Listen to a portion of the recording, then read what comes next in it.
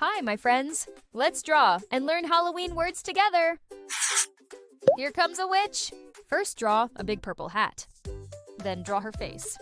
Witches can be scary, but not this one. One hand is holding a broom, and the other hand is waving hello. Say hello to the witch. Here comes a ghost. First, draw a big wobbly shape. It's flying with little hands, woo-woo! Now, draw 2 eyes and a happy mouth.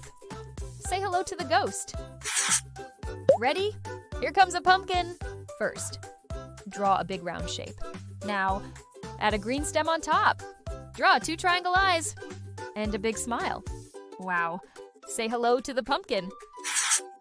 Here comes a bat. First, draw a round head. Next, draw 2 big wings. 1, 2. Add little eyes and pointy ears. Flap, flap, flap. Say hello to the bat. Finally, here comes a monster. First, draw a big body, nice and round. Now, add 1 big eye. Wow. Draw a big smile with funny teeth. Say hello to the monster.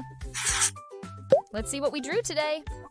A witch, a ghost, a pumpkin, a bat, and a monster. Happy Halloween! Wow, great job! Want to draw it again? See you, my little artists!